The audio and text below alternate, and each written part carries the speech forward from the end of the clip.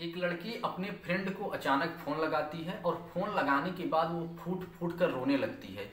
जब वो रोने लगती है तो उसकी फ्रेंड पूछती है कि आखिरकार तुम क्यों रो रही हो। तो वो रोने की सारी वजह बताई, पूरी कहानी बताई, और जो कहानी वो लड़की अपने फ्रेंड को बताती है, उस कहानी को सुनने के बाद उसकी फ्रेंड का खून खौल उठता है। और खून खौलने के बाद वो अपने दोस्त को जोर देती है, उसे प्रेशर देती है कि जितनी भी कहानी है, जितनी भी घटना है, ये तुरंत तुम अपने नज़दीकी पुलिस स्टेशन पर जाओ और वहाँ पर सारी कहानी बताओ। अगर तुम ऐसा नहीं करोगी, अगर इस बात को तुम छुपाने की कोशिश करोगी, तो आए दिन न जाने कितनी मासूम लड़कियों के साथ ये काम होता रहेगा और सरकार के द्वारा कुछ भी एक्शन नहीं हो पाएगा और कई सारी लड़कियों की ज़िंदगी बर्बाद हो जाएगी।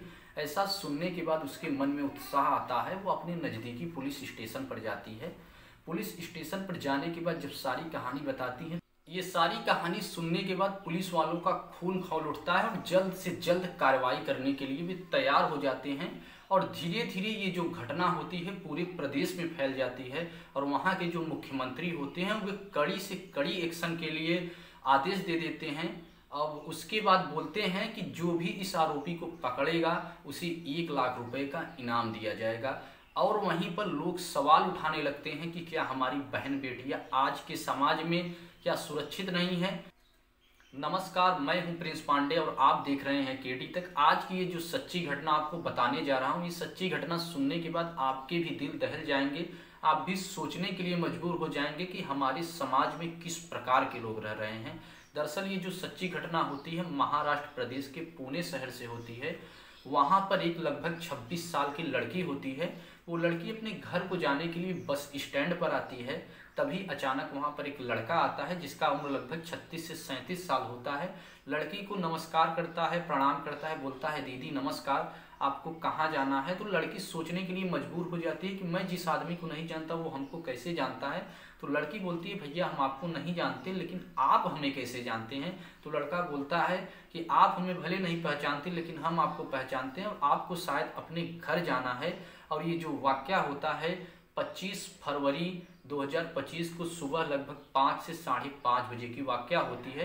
तो लड़की सोचने लगती है कि इसको मालूम है, मतलब ये यहीं पर काम वाम करता होगा। तो वो लड़की बोली कि हाँ भैया हमें घर जाना है, सुबह का समय हो रहा था। तो वो लड़का बोला कि चलिए हम आपको सही बस पर बैठा देते हैं जो आपको आपके घर तक छोड़ देगा। दरअसल पुणे का जो स्टेशन है उस स्टेशन का नाम है स्वारगेट बस स्थानक। वो लड़की कहती है कि हमें सतारा जिले का एक गांव लगता है फलटन, वहां पर जाना है भैया। ये बात सुनने के बाद लड़का बोलता है कि चलिए हम आपको सही बस पर बैठा देते हैं और आपको वो आपके जगह पर छोड़ देगा। तो ये सुनने के बाद लड़की खुश हो जाती है, सोचती है ज़्यादा परेशानी होगी नहीं, इनके साथ जाके हम बैठ जाते हैं। तो लड़का ले जाता है उसे एक जो होता है एयर कंडीशनर बस में के पास ले जाता है, वहाँ पर बैठाने के लिए कहता है। दरअसल अभी सूर्य उगे नहीं थे, सुबह हुआ नहीं था, बस में अंधेरा था। तो लड़की बोलती है भैया अंधेरा क्यों है। तो वो लड़का इतने कॉन्फिडेंस के साथ बोलता है कि बस के अंदर जाइए, रात भर बस चली हुई है, यात्री जितने भी हैं वहाँ पे लोग थके हुए हैं, आराम कर रहे हैं, इसलिए लाइट बुझी हुई है। आप अंदर जाइए और वहाँ पर जाके टॉर्च जला के देख लीजिए और जहाँ पर सीट पाइए वहाँ पर बैठ जाइए। इतना सुनने के बाद लड़की को विश्वास हो गया। वो जैसे ही अंदर जाती है बाहर से गेट बंद हो जाता है। जब लड़की टॉर्च जलाकर देखती है तो वो देखती है कि जिस दरवाजे से वो अंदर आई है, जिस खिड़की से अंदर वो आई, वो खिड़की पूरी तरह बंद हो चुका है और सामने वो लड़का खड़ा हुआ है जो अभी उसे कुछ समय पहले दीदी कहकर बोल रहा था। दरअसल उस बस का नाम था जो MSRTS मतलब महाराष्ट्र सरकार सड़क परिवहन निगम का वो बस था, जिसका नंबर था MH06BW3019। और उस बस में बड़े अक्षरों में लिखा था शिवशाही, मतलब कि ये एयर कंडीशनर बस था जिसमें अंधेरा था। और लड़की को वो अंदर ले जाकर उसके साथ दुष्कर्म करता है, गंदी हरकतें करता है और तब तक करता है जब तक उसका मन नहीं भर जाता। और करने के बाद लड़की चिल्ला रही थी, चीख रही थी, लेकिन एयर कंडीशनर वाला बस था, शीशे से चारों तरफ पैक था, इसके लिए बाहर आवाज़ नहीं जा रहा था। हालांकि 1-2 लोग जा रहे थे बगल से, लेकिन किसी को आवाज़ नहीं सुनाई दिया।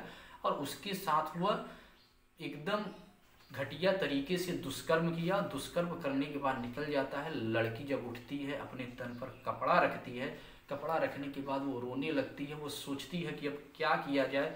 सोचते सोचते वो अपने फ्रेंड को फ़ोन लगाती है। फ्रेंड को फ़ोन लगाने के बाद सारी कहानी बताती है, सारी घटना बताती है। ये घटना सुनने के बाद उसके फ्रेंड का खून खौल उठता है। वो तुरंत उसे फोर्स देती है कि तुम तुरंत अपने नज़दीकी पुलिस स्टेशन पर जाओ और वहाँ पर FIR दर्ज करवाओ। अगर तुम ऐसा नहीं करोगी तो आए दिन न जाने कितने लड़कियों के साथ ऐसा दुष्कर्म होता रहेगा और हमारे समाज की महिलाएं ऐसे लोगों का शिकार होती रहेंगी। यह बात उसे उत्साहित किया और वह अपने नज़दीकी पुलिस स्टेशन पर जाती है। तब वह स्वारगेट पुलिस स्टेशन जाती है और वहां पर जाके सारी घटनाएं सुनाती हैं। ऐसा सुनने के बाद पुलिस वालों का खून खौल उठता है और खून खौलने के बाद वो तुरंत जल्द से जल्द कड़ा एक्शन लेने के लिए तैयार हो जाते हैं और धीरे धीरे ये जो बात होती है पूरे प्रदेश में फैल जाती है।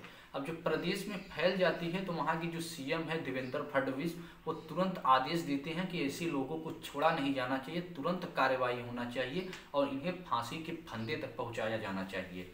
लेकिन होता क्या है कि 25 फरवरी को लगभग सुबह 5:30 बजे का वाकया था।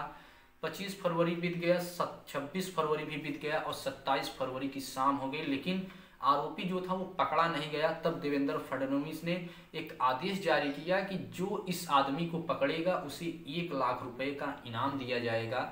ऐसा आदेश देने के बाद क्या हुआ कि दरअसल हुआ ये कि CCTV कैमरा हर एक चीज़ पर जब नज़र किया गया, चेक किया गया, उसे तलाशा गया तो पता चला कि जिस लड़की के साथ या लड़की उस बस के पास आई थी उसका मुंह ढका हुआ था।